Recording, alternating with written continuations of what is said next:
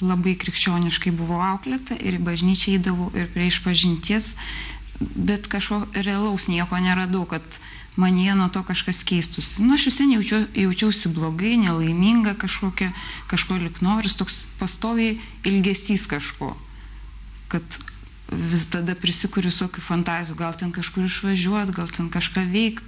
Man atrodo, kad daugelis žmonių taip gyvena, su tom fantazijom, kad kažkada bus gerai, gal kai man sueis 16, po to gal kai sueis 20 kažkas pasikeis, o iš tikrųjų niekas nesikeičia, kol viduj nepradeda keistis kažkas. Ir aš tą atradau būtent čia atėjus, kad viduj realiai pradeda keistis.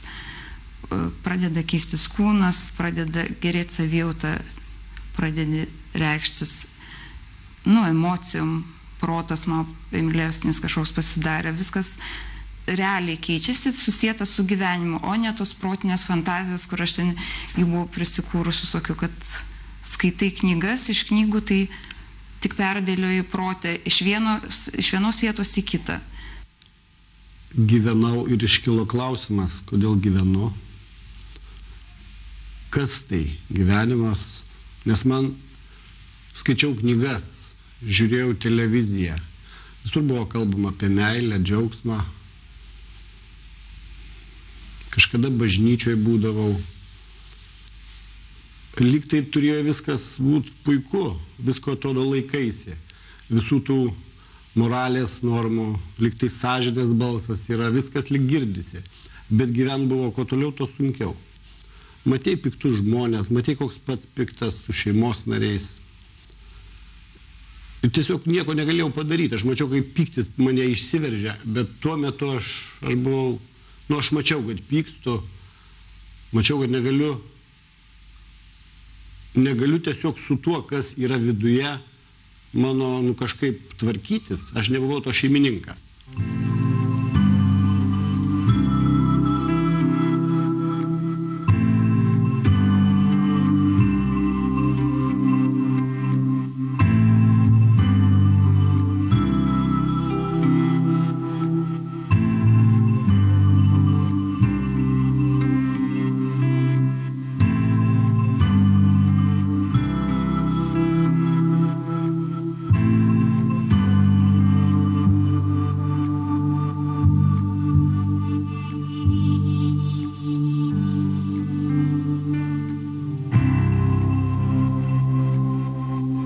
Malda yra žinoma, jei Lietuva galbūt atėjo su krikščionybė, gal dar anksčiau.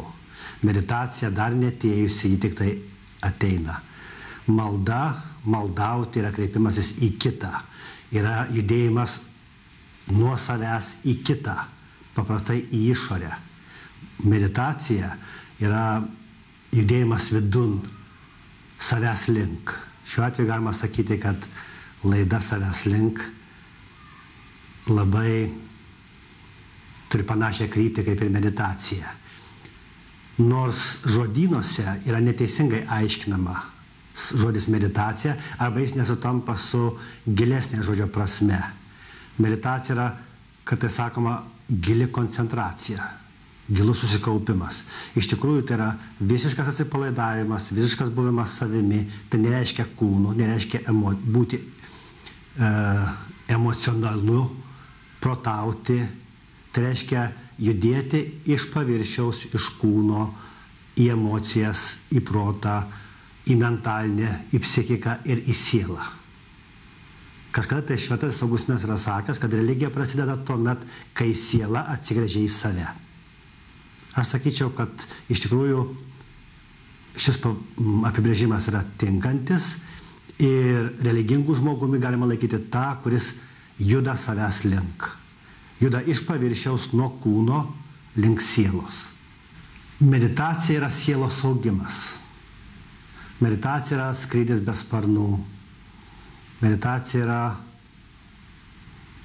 būdas būti savimi, būdas grįžti į individualius ar kosminius namus. Meditacija turi tūkstančius apibrėžimų.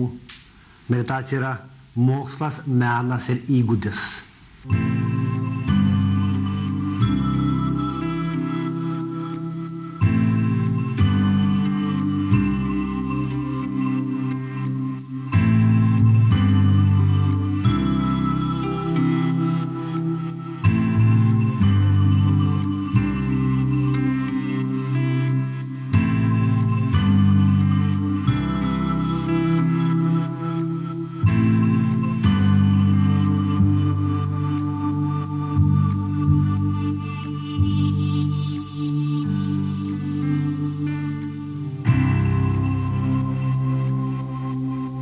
Jau kai 10 metų dirbu su žmonėm, vedu grupės. Pradėjau dar būdamas Vilniaus universitete mokslo darbuotojų ir esam surinkę labai gražių duomenų. Šie žmonės 4 iš 14, galbūt keliasdešimt, net kelių šimtų, kurie skaito knygas, yra tie, kurie praktikuoja meditaciją. Mašaida 4 metai, Bodhi, čia yra sadesniai vardai, kurie nurodo į žmonių potencijai praėjusių gyvenimų patirtį. Porą metų, Natan 2 metai, Dživan beveik 3 metai. Meditacija labai nuostabiai veikia mūsų nuotaiką, tiesiog energetiką. Ir meditacija yra būdas, aš netgi vadinu rytinę dinaminę Ošo meditaciją, sielos dušas ir pusryčiai. Tai reiškia, kad per dinaminę meditaciją mes nusiprausiam, vidinį išsivalom, susibalansuojam fizinį, emocinį, astralinį, mentalinį kūnus ir tuo pat metu užsipildom energiją sieloj. Ir tas energijos atsiranda perteklius, kuriuo gali dalinti su kitais. Galima sakyti, kad meditacija yra būdas prieiti prie dieviškos energijos viduj. Meilė yra būdas dalintis dievišką energiją su kitais. Visi yra dieviški absoliučiai. Ir dieviška mes vadinam tik tai todėl, kad yra subtili, absoliučiai neprivartinė, absoliučiai atvira. Jis yra neįforminta mintim. Jis yra kaip oras, kaip vanduo, kaip šviesa, kaip tiesiog energija, elektros energija, kurią galima versti į 1001 formų.